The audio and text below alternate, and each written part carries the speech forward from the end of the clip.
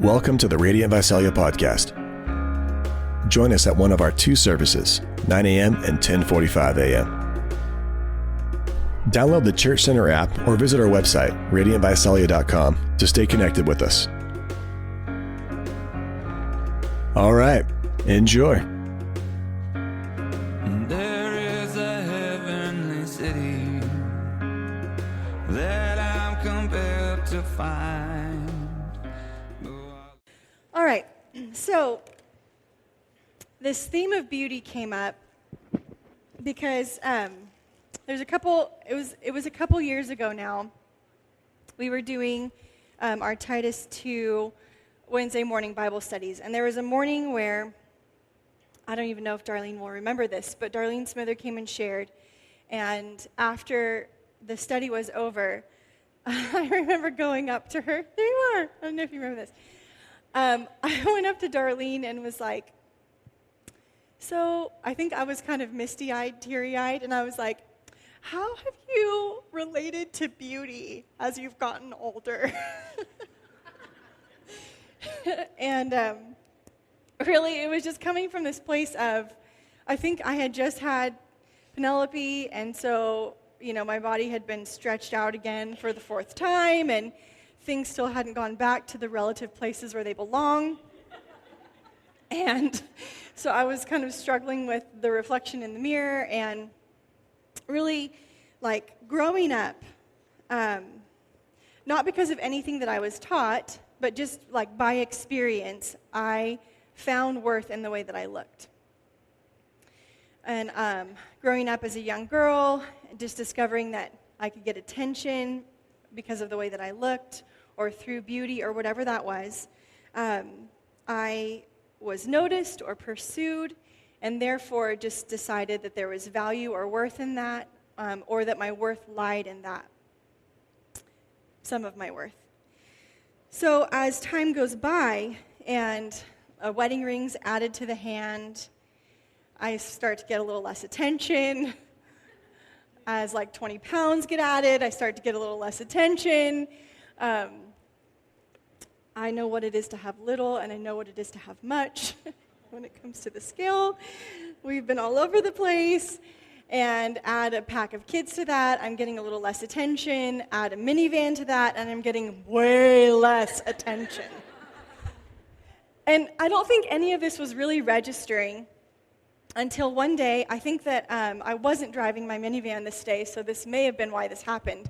I was in Travis's car, and I was driving down the street, and I had the window rolled down. And these boys, were rollerblading down the sidewalk. And they started yelling at me, "Hey, what's your number? My friend thinks you're cute." So, your first clue is that it was little boys rollerblading. The second thing that occurred was they couldn't see this because from the window down, the door was blocking my 9-month pregnant belly. And I just wished so badly that there was another button to roll down the door to just reveal. You like this? You want some of this?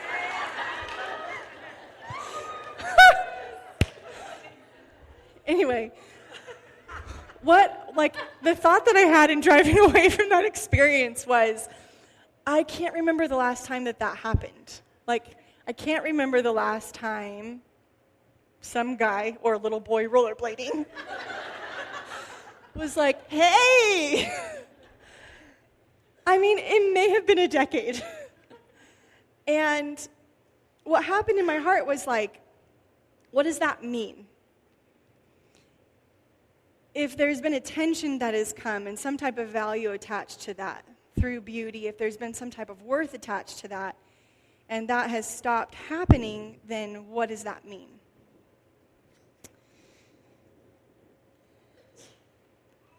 So the question, where does your beauty come from, right? I believe my beauty comes from places that maybe it doesn't come from anymore. Does my beauty come from my face? Does my beauty come from my body? Does my beauty come from something I wear or something beautiful that I own? Does beauty come from those places? And if it does, then what does that mean when those things change?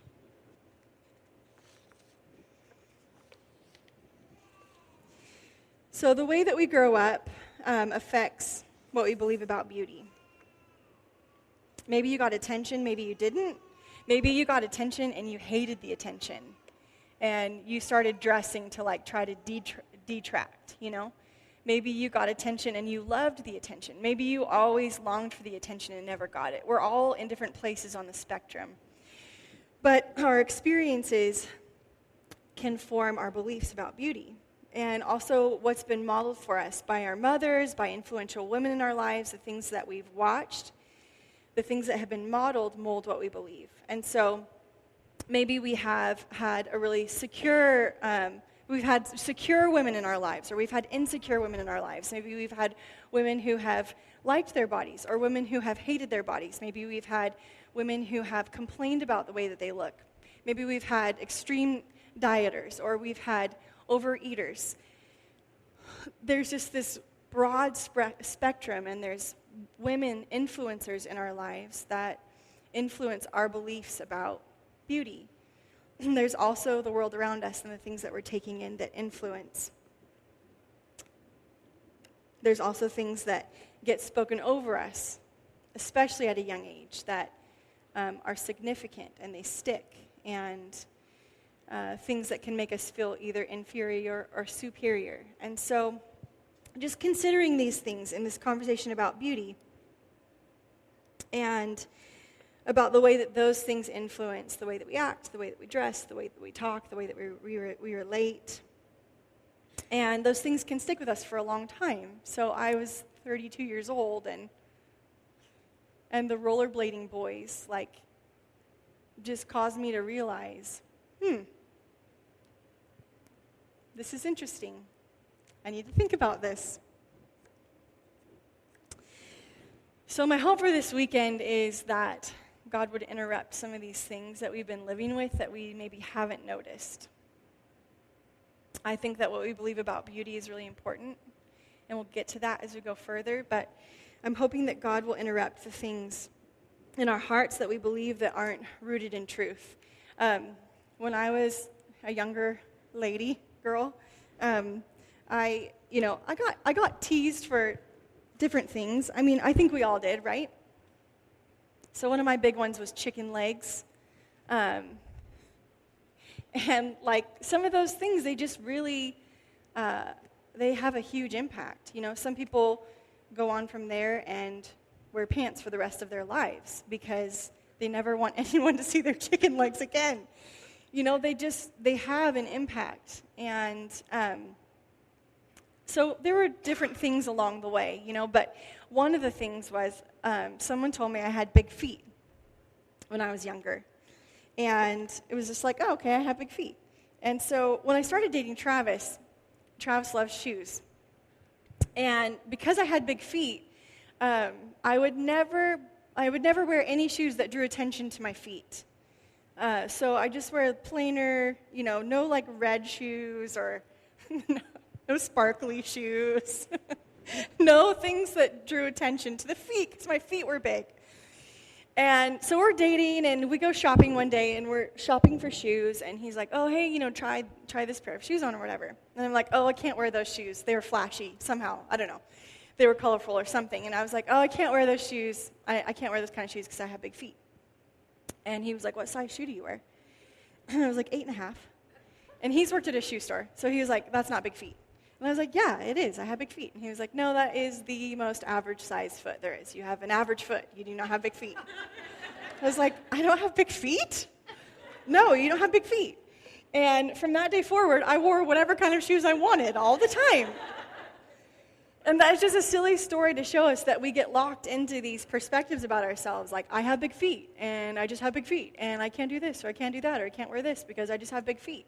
And sometimes it takes God or people we love interrupting that conversation and going, no, actually, you have a really average-sized foot, and you're dumb for believing that, to break us out of that, you know? So I believe that all of us, all women, live with this question deep inside of us. Some deeper than others, maybe. Some are more aware of it than others, maybe. And the question is, am I beautiful?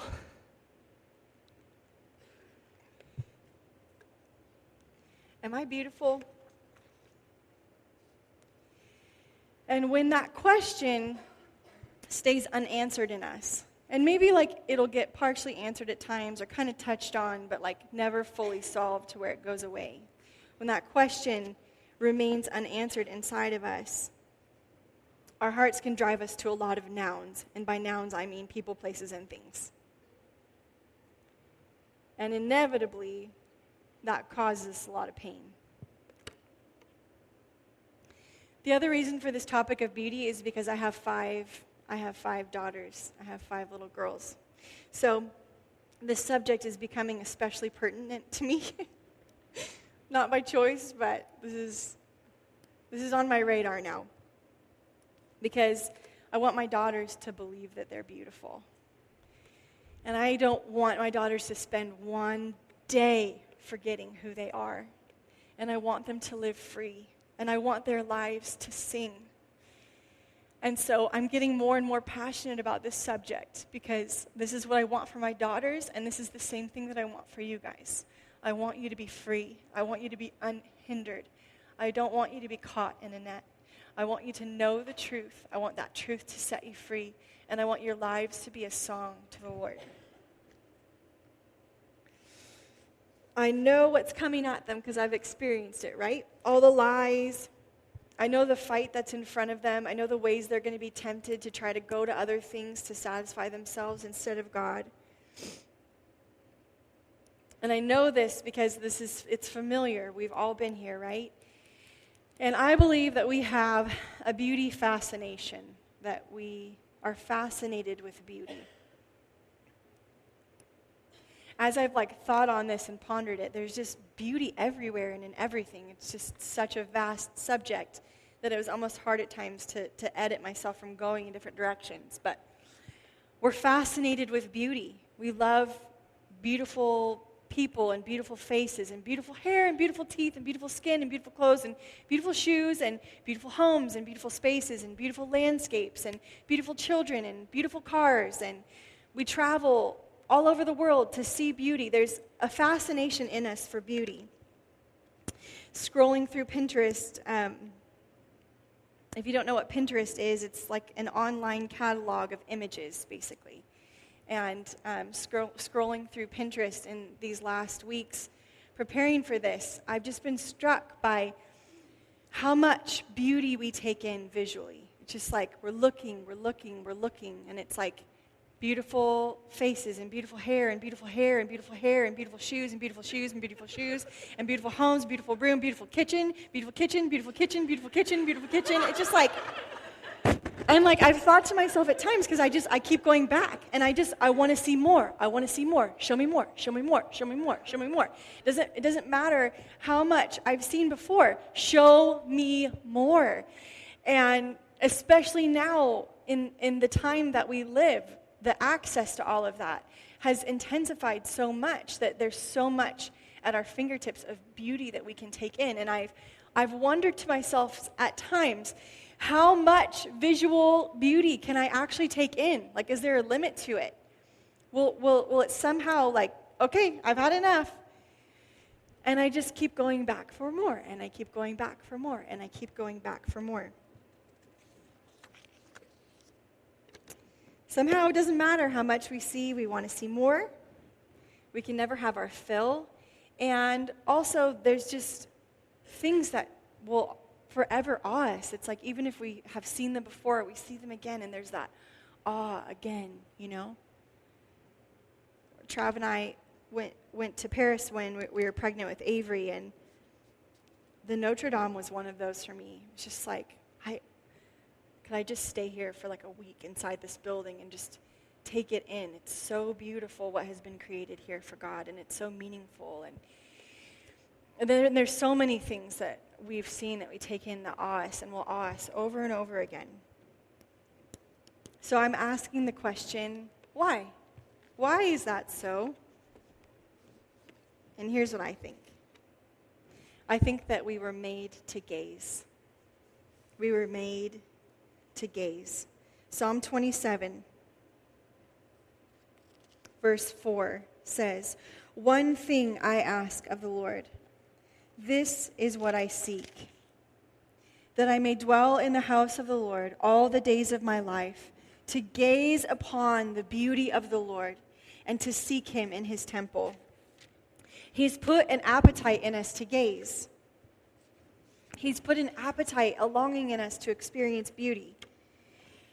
And I just want to take a little rabbit trail right here and just make the point that the beauty of God is not some optimistic, mystical denial kind of thing where we close our eyes and plug our ears and start to hum and tune out the world and just focus on the beauty of God.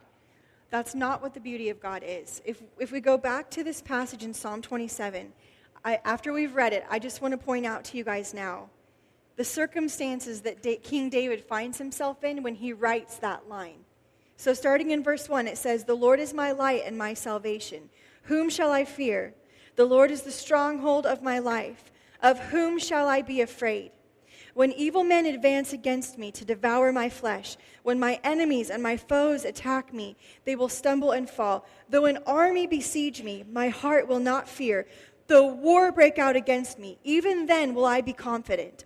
One thing I ask of the Lord. This is what I seek, that I may dwell in the house of the Lord all the days of my life, to gaze upon the beauty of the Lord and to seek him in his temple." David is in the midst of turmoil in this passage. I don't know if you guys have experienced lately like an army besieging you or war breaking out against you. This isn't the reality of my life, but the reality is that we are in turmoil and we are living in different situations where there is pain or there is fear or there are things that we're facing. And it's in the midst of enemies attacking and war breaking out and an army besieging that David is saying, one thing, I want to be with God and I want to gaze at God. This is the one thing that I need right now. And I think that what he's saying is this is the only thing that is big enough to lift my head above what is pressing in, to lift my head above the enemies that are attacking, to lift my head above the fear that is wanting to devour and steal.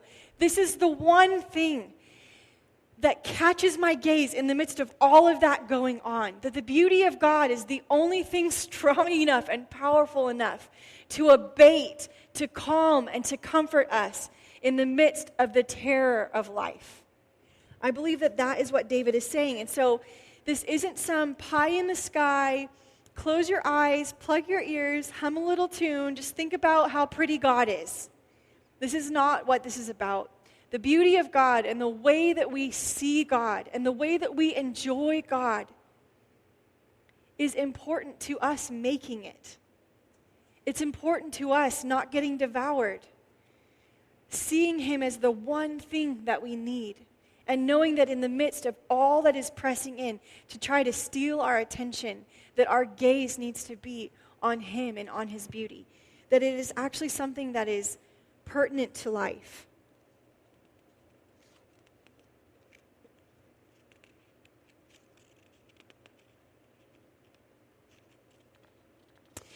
So we were made to gaze, and gazing at the beauty of God is important because it gives us perspective, it infuses hope into our life, and we're able to hold our head high. In the midst of crazy circumstances, we're able to hold our head high.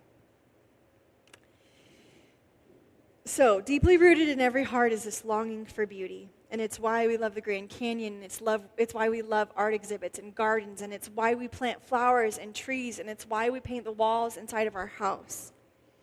It's why man and not monkeys decorated cave walls with pictures, and why every tribe of humans ever known, there was always some sort of art or craftsmanship that goes beyond mere utility. There's a fascination in us for beauty. It's actually been encouraging to me looking at this. Like there's been these aha moments where it's like, oh, that's why I love art, or That's why I love interior design, or that's why that is in me, because God put it there. It's a longing that he put there. There is in the human heart an unquenchable longing for beauty. And I am persuaded that the reason it is there is because God is the ultimately beautiful one, and he made us to long for himself. Even the most perverted desire for beauty is a distorted remnant of a good yearning which God put within us to lure us to himself. And we can know that our desires are remnants of this urge for God, because everything less than God leaves us unsatisfied. He alone is the all-satisfying object of beauty. Only one vision will be sufficient for our insatiable hearts. That's the Pinterest thing. More, more, more, more. Our hearts are insatiable. Only one thing is the answer for our insatiable hearts, and it is the glory of God. For that we have been made, and it is for this we long, whether we know it or not. How many of you guys feel like you're beautiful, or like you should be beautiful, or you want to be beautiful? Just can you raise your hands? How many of you feel I'm beautiful? I want to be beautiful. I should be beautiful. Okay. Okay. Next question. How many of you feel not beautiful, not perfect, flawed, not completely satisfied with what's going on up in here? Okay. So there's a sense in us that we're beautiful, and at the same exact time, there's a sense in us that we're not quite beautiful. There's this tension. It's like we know there's beauty, and then we know there's ugliness. This tension that we feel between beauty and ugliness is that we were made in the image of God and that we're marred by sin. There's like this twofold thing going on in our lives. It's like created in the image of God plus sin equals beautiful, ugly tension, okay? I think Travis should add this to the tension series. Beautiful, ugly. So there's this tension inside of us that we all feel, right? I'm not the only one. I feel this. And then there's also this longing. And the longing for beauty it's not just to be beautiful. It's not just to see beauty, it's to be beauty. It's not just to see it, but it's actually to possess it. I don't just want to see beauty, I want to be beauty. I think about Eve when I think about this. She believed a lie. She had everything that she needed. She had everything that we want. And she believed a lie, and she saw this fruit. She saw it, and she wanted it, and she had to possess it. That same thing is in us. We do this. We obsess about things, and then we have to possess them. It's like, I see it, now give it to me. Okay? So, what is beauty? This is a really challenging one for me to define, because Webster's just didn't quite do it. And I think it's because beauty is an aspect of God that we see these glimpses of, and we're trying to define them. It's like seeing an elephant's ear and then trying to describe what an elephant's like or something. There's this mystery in it to me, but here's my feeble attempt. Beauty is pleasurable perception. So it's perception, it's seeing something, and then it's seeing it as pleasurable, that it's pleasing, that there's an enjoyment in it, that there's a satisfaction in it, there's a happiness in it. Beauty is something to be experienced. Another thing that we see about beauty is that it is perfection and it's flawlessness. And I take this from 2 Samuel 14:25. I found this verse that I think is awesome. It says, "But in all of Israel, there was none to be so much praised as Absalom for his beauty. From the sole of his foot, even to the crown of his head, there was no blemish in him. Every inch of you is perfect from the bottom to the top." So there was no blemish in him. He was flawless. So beauty, he was the most beautiful. He was perfect. There was no blemish in him. He was flawless. So beauty is perfection and flawlessness. Another thing that is said about beauty is that beauty is in the eye of the beholder. Have you guys heard that line? Beauty is in the eye of the beholder.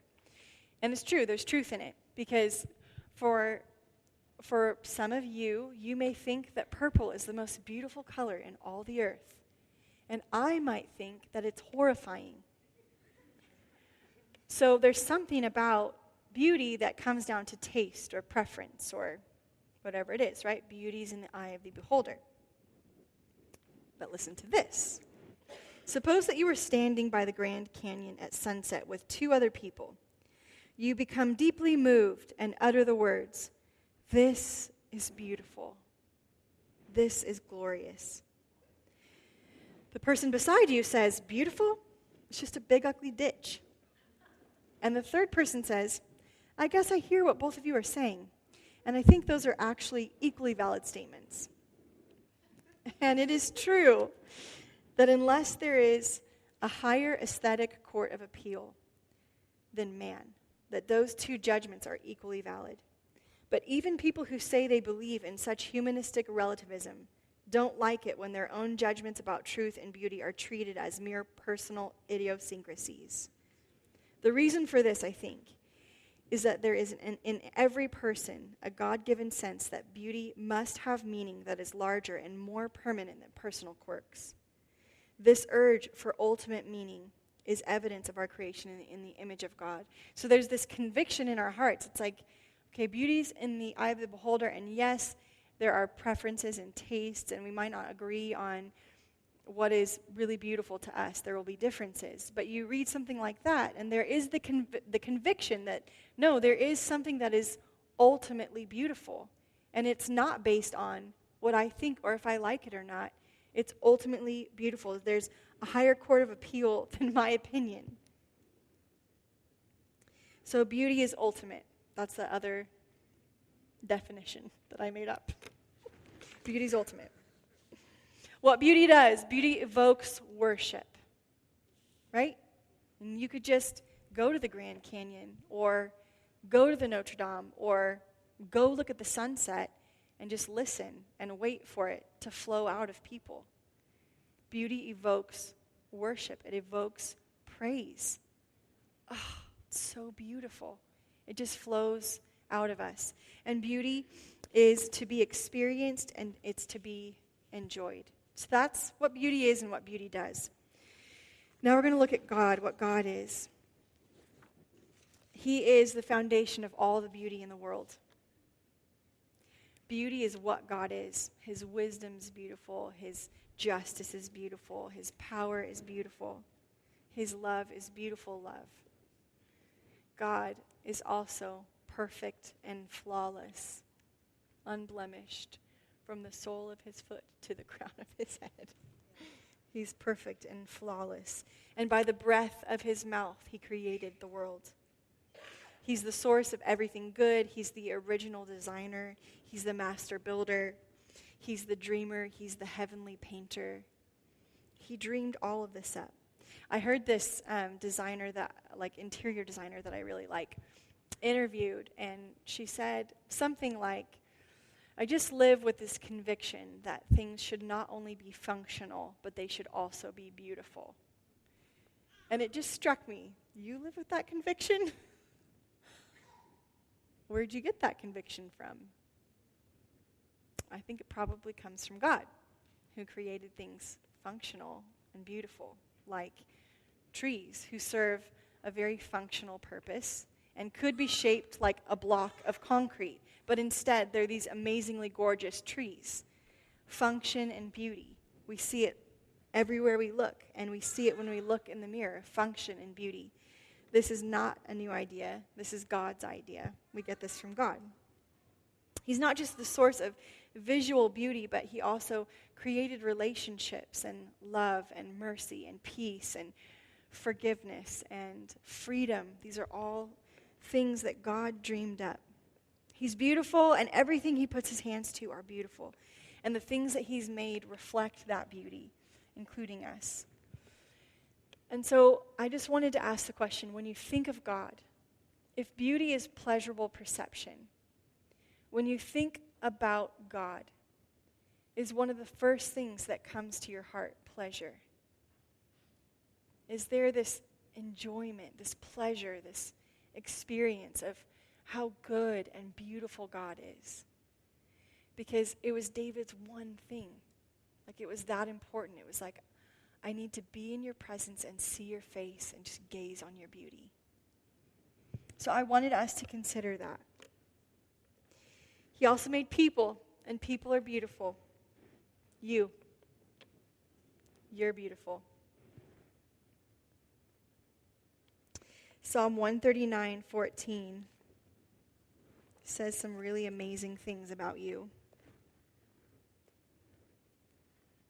For you created my inmost being. You knit me together in my mother's womb. If you've heard this before, can you just pause and maybe use your imagination? He knit you together in your mother's womb. Think about someone, I've been following these people that are amazing. They're making these amazingly beautiful weaved pieces of art. He knit you together. He knit you together. I praise you because I am fearfully and wonderfully made. Your works are wonderful. I know that full well. My frame was not hidden from you when I was made in the secret place, when I was woven together in the depths of the earth. Your eyes saw my unformed body. All the days ordained for me were written in your book before one of them came to be. You are beautiful because you were God-breathed. You were handmade by God. You were God-designed. I pray this over my daughters all the time at night when they're going to bed. I thank you, God, for thinking Remy up. Thank you for designing her. You did a really good job. I thank you, God, for thinking Penny up. You designed her. You did a really good job. You were God-breathed. You were knit together by the hands of God. Your frame was not hidden from him when he made you in the secret place. You are God-breathed, and you are beautiful because you are God-breathed. He knit you together. He made you with his hands. You are God-breathed. We're intrinsically beautiful because we are God-breathed, God-formed, God-dreamed up. We're valuable because he wanted us. He wanted to make us. It wasn't an accident. It was on purpose. I don't care what your circumstances were or what you have believed. I don't care what someone has told you. Your parents weren't even in charge. You can ask me. I know. You were God thought up. It was his idea. It was on purpose. It was wonderfully done. It was not an accident. You are God-breathed. And God makes you beautiful. The things that we create are beautiful, like architecture and art and fashion and food and all these ways that we get to create and be creative and partner with God in that because he's the original creator. And so when we do those things, there's a pleasure and an enjoyment in being made in the image of God and getting to create beauty with him. I heard this story about this 18th century watchmaker. And he had made a watch for a client, and something had broken in the watch. So the client had brought it in so that it could be fixed. And this watch was just amazingly beautiful, handmade. And so the watchmaker's taking the watch apart, and he pulls out the balance wheel from the watch. And the client sees that there's some engraving design on the balance wheel inside of the watch. And he says, why would you put that there where no one's going to see it? And the watchmaker said, because God sees. There's something about creating beauty and partnering with God in that, and God being pleased as we are functioning the way he's made us to function. that is really beautiful and that's pleasing to him. The other thing that's beautiful, these are just things, this is not like the summary. These are just things that came to my mind or heart. But there are acts that are beautiful. There are things that we do that are beautiful, like acts of sacrificial love. Those are very beautiful. And when you hear the stories about someone doing something for someone else, and there was a sacrificial love in it, it brings us to tears. It totally moves us. Stories are beautiful. Stories are beautiful. Can you put that image up for me? I want you guys to look at this image. Is that beautiful to you? Does that move you when you look at that? How does that make you feel when you look at that piece of art? Well, what if I told you that little drawing, that piece of art, was the last act of a 5-year-old girl before she died from cancer? Now, is it beautiful? So there's stories behind things that move us and make things really, really beautiful. Maybe things that wouldn't be beautiful in and of themselves. But stories move us. So what God does, there is a story. There's one story that is the most beautiful story. And the beauty of God was put on full display in Jesus and through the gospel. God tells us if we want to know what he's like, to look at Jesus, right? So Jesus came. God came down. God sent his son. And he lived a perfect and flawless life. And then he performed the greatest act of sacrificial love. Something that I found really interesting in thinking about this is in Isaiah 53, 2-6. And it says that Jesus had no beauty or majesty to attract us to him. Nothing in his appearance that we should desire him. He was despised and rejected by mankind, a man of suffering and familiar with pain. Like one from whom people hid their faces, he was despised, and we held him in low esteem. Surely he took up our pain and bore our suffering. Yet we considered him punished by God, stricken by him and afflicted. But he was pierced for our transgressions. He was crushed for our iniquities, our sin. The punishment that brought us peace was on him, and by his wounds we are healed. We all like sheep have gone astray. Each of us have turned to our own way, and the Lord has laid on him the iniquity of us all.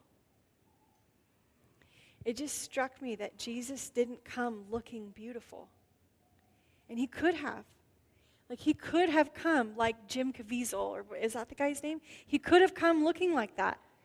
But based on this passage, I don't think he did. There was nothing that would draw us or attract us to him. He didn't come looking beautiful. He came and he did something beautiful. And this just struck me when I was reading 1 Peter 3:3-5, which I'm sure is a passage you've heard a lot of times. But with this in mind, that Jesus didn't come looking beautiful, but he came and did something beautiful. In 1 Peter 3, it says, "Your beauty should not come from outward adornment, such as elaborate hairstyles and the wearing of gold jewelry or fine clothes. Rather, it should be that of your inner self, the unfading beauty of a gentle and quiet spirit, which is of great worth in God's sight. For this is the way the holy women of the past who put their hope in God used to adorn themselves." And this scripture has gotten a lot of abuse. I don't think it's telling us to get rid of clothes or get rid of hair or get rid of jewelry. It's just saying that that's not where your beauty comes from, and that all that stuff is going to fade. So if that's where your beauty has lived, what is going to happen? It's saying, let your beauty come from your inner self, from your spirit. Let your beauty flow out of you. That will never fade. Adorning your body is going to fade. Adorning your spirit is never going to fade. And I just love how Jesus didn't come looking beautiful. He came and did something beautiful. His life poured out was beautiful. And this is what he's asking of us too, to not be consumed and caught up and obsessed with looking beautiful, but to be beautiful in our spirits, to adorn our spirits that will not fade, and to find our beauty coming from that place. That's what he's asking of us. He could have come looking beautiful, but he didn't. And he's asking our beauty to come from our spirit, from our inner self. The gospel is our remedy for that tension we talked about of beauty and ugliness, right? Because Jesus wanted us, and he took on our ugliness, and he came and he lived that perfect, flawless, beautiful life that we all keep trying to make happen. He did it for us, and then he took our ugliness and put his beauty on us. That was the exchange, and now we get to live beautifully out of his life through what he's accomplished for us. We get to be beautiful because his blood has made us beautiful, not because we've worked hard or perfected ourselves. So we want to be women who are not running after all of these lesser things, these lesser beauties that never meet the need. They never satisfy the longing. They never fulfill the gaze. There's that desire is still throbbing underneath all the time when we're going to these lesser beauties, not that they're bad in themselves, but thinking that somehow if I just can get this or do that or buy this outfit or get that piece of furniture or get that boob job or get my hair did or whatever it is, if I can just,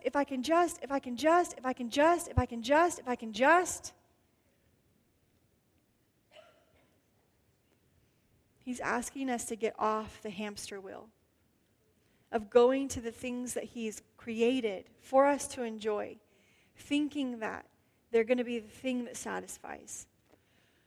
He's asking us to push those things aside because they clamor and they crowd in, and they're after our attention and our affections and our energies and our thoughts. They're pressing in all the time, trying to convince us that they can satisfy, and they can't. He's wanting us to push those things aside and be women who are seeing, oh, you made that, God, and that's really beautiful, and you made it really good, and that just reminds me of how amazing you are. They're just tools. They're just reflections. They're shadows of the thing that does satisfy, of the one who made them. They're glimpses. They're shadows. And we want to run after God. We want to see God. We want to possess God. We want to be in his presence. We want to gaze on his beauty and see him face to face. We gaze and we gaze and we gaze and we gaze and we gaze. And we never have enough of seeing. But the thing that has struck my heart is that there is going to be a day where we gaze and we will never be able to look away, and we will be satisfied forever. And so until that day, we're women who are running after Jesus and pressing into him and believing that he made us and that we're beautiful in him because he made us and because he redeemed us.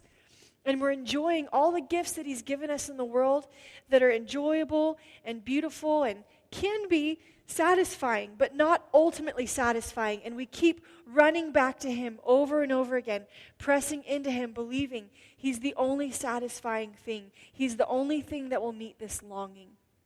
And that one day we will be in his presence. We will be so overwhelmed by that beauty. All the things that we've ever experienced here, that ever moved us or ever awed us or ever caused us to worship, will be a drop in the bucket compared to the amazingly beautiful, overwhelming presence of the glory of God. And that thing, being in his presence, will satisfy us forever. So, Lord, I ask that you would lay this foundation in our hearts tonight. I pray that you would come like in a garden and you would weed out all the weeds that have been planted, over the years in our lives, the ones that have grown really big that we've just become accustomed to living with. Lord, would you root them out? And would you convince our hearts of the truth? Lord, we long for beauty, and all of our attempts to satisfy that longing have failed. We're coming to you, Lord. We're believing your word above all other words. We're believing that you made us, that you formed us, that you knit us together, that you breathed life into us, that the very breath that we're sitting in our seats right now, inhaling and exhaling, is from your love and by your grace. We're sustained by you, Lord.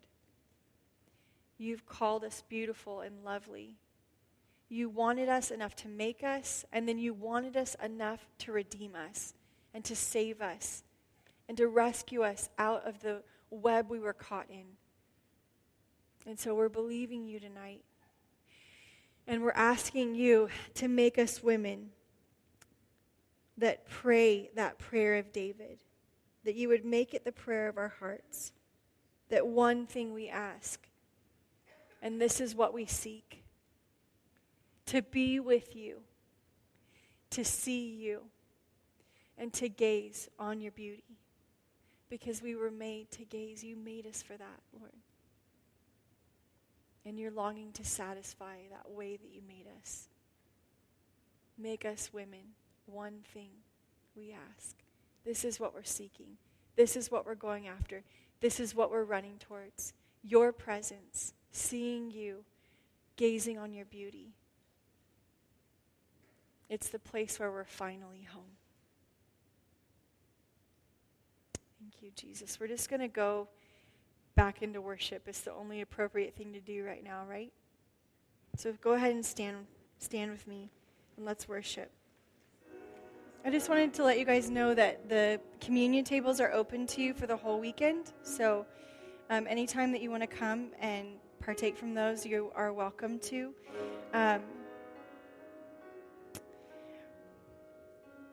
Also, I just wanted to invite anybody who, as I was talking about Jesus and the story of what he's done, that you've never heard that before, or you've never seen yourself in that before, and you're wanting in on that redemption, you're wanting in on that forgiveness, on that washing, you're wanting in on that God who made you and breathed you into existence, and you're wanting your ugliness washed away and Jesus' beauty put on you. I would love to pray with you.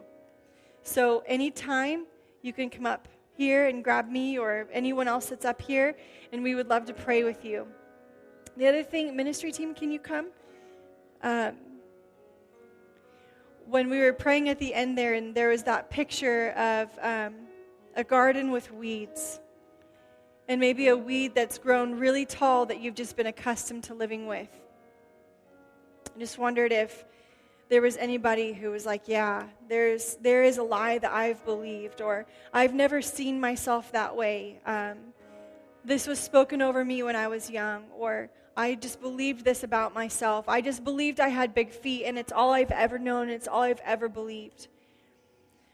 The Lord wants to speak the truth over you tonight and set you free from that thing and pull that weed out of your life. And right now and for the rest of the weekend, there's a ministry team up here of women that I deeply trust. They are safe women. They are loving women. And they're going to keep everything that you share with them in confidence. They're not going to talk to anybody else about it. So this is a safe place for you to get real with God about what's going on in your heart. In the Bible it says when we confess to one another, when we confess our sin, when we confess what's going on for us, the Lord is faithful and just to forgive us and to wash us from our unrighteousness. And there's something that happens. I can tell you this from experience. When you've been living with something inside of your head, there's something that happens when you say it out loud to someone else. When you confess it, God rushes in. There's power in it. So if there's anything stirring in your heart, it could be something I didn't touch on either. There's just freedom here. Do business with God. If there's something stirring in your heart, come pray with someone. Gather up with your pack. Grab the person that you came with. Pray, confess, get real. We're believing that God wants to set us free. That there is change that can happen tonight, right now. That you could walk out of this building believing different and thinking different about yourself and about God and living different from this day forward. God is real, and the things that he does are real. And he loves us, and he's after us. He wants our hearts, and he wants us to live in the freedom of his love and his truth. So, if there's anything stirring in you, you can come. We're going to go back into another song of worship. The communion table is open. You're free to respond. And we're just going to let this time linger and let God do what he wants to do. And then we'll get to the lip sync when the time comes, okay? So, you're free. You're free to respond. You're free to worship. You're free to go. You're free to stay and hang out.